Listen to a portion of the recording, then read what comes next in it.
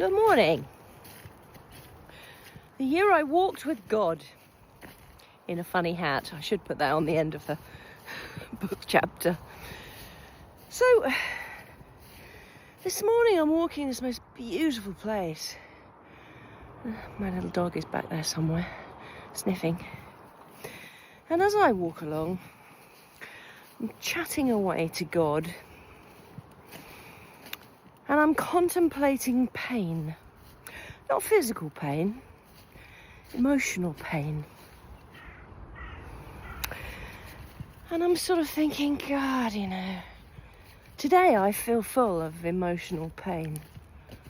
And why is that? Because I've got the most beautiful life, really. Let me just see if I can zoom out on my face. It's a bit close to the camera. I've got a beautiful life, and look at this beautiful world I live in. I'm about to go over that beautiful little bridge. The river is really high on both sides. And yet I can be in this most stunning place. And my heart hurts. I feel full of sadness and I don't know, a yearning, a longing to feel love and stuff. I'm a bit scared going over this bridge. The river's so high. There we go, I made it. Yeah, and I'm thinking, what's brought this on in me? What's stimulated this in me to make me start feeling sad and low? It's January 6th, and I was in bed for 6 days, 7 probably actually. I was quite sick with a winter bug chest thing. I'm up on my feet now, which is lovely. But is it that's kind of knocked me for 6? I don't think so. Maybe it's dark days. I don't know. I'm asking God, what is this all about? Why do we have to feel like this? All of a sudden, when we're feeling perfectly fine, and then all of a sudden we can be plunged into these areas of great sadness. And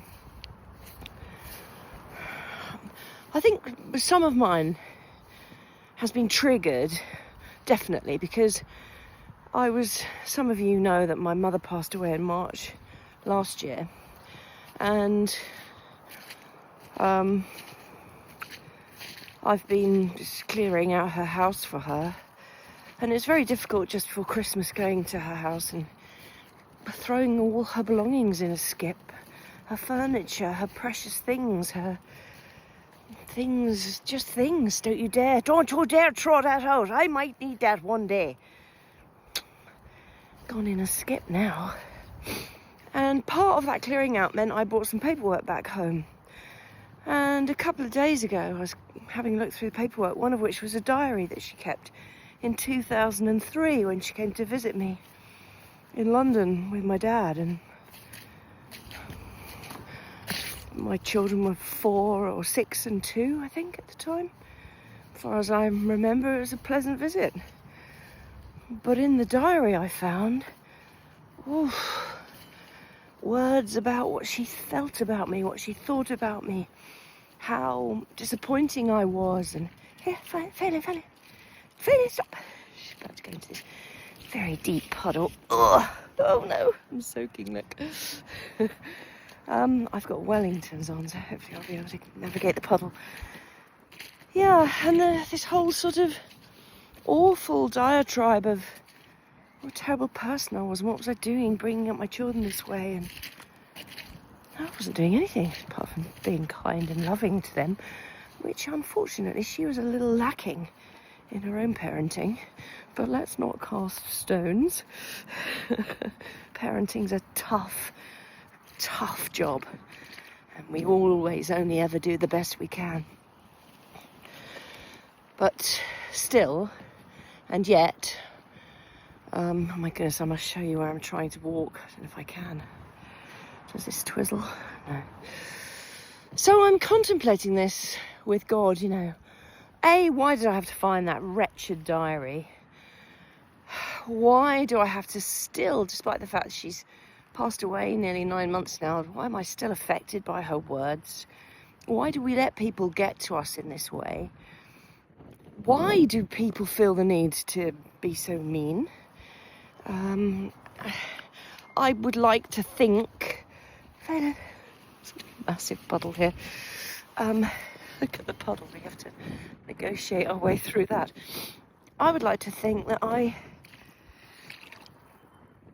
am kinder, have learned to be so. I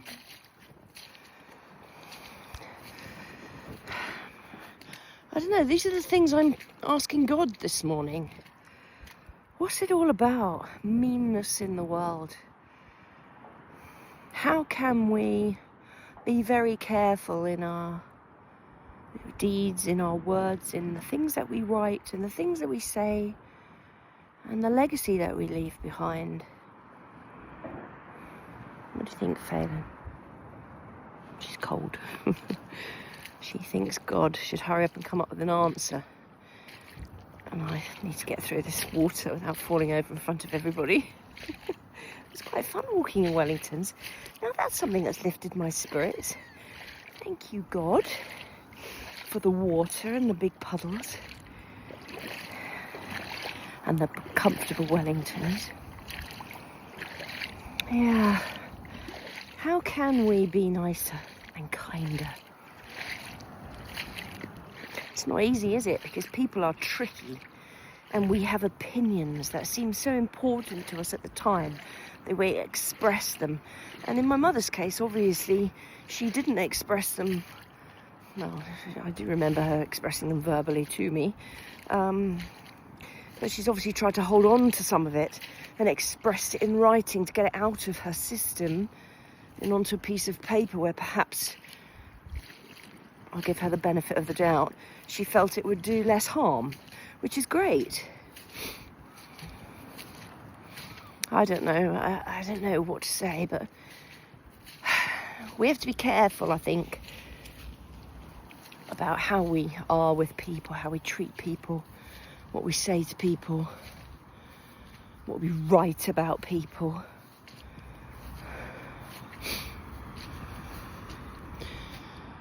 Maybe we just need to check ourselves. Maybe that's what it is. Check yourself. Do you need to have that thought in your head? Do you need to say these words? Can you tread a little lighter on the earth for the greater benefit of all, mostly us? Because really it's only us that suffer with that anger and that irritation and that judgment of other people. Isn't it far easier to just be at peace? Like the birds and the swans here. Just be at peace. I don't know. That's what I'm considering on my daily walk with God. Internal pain, emotional upset.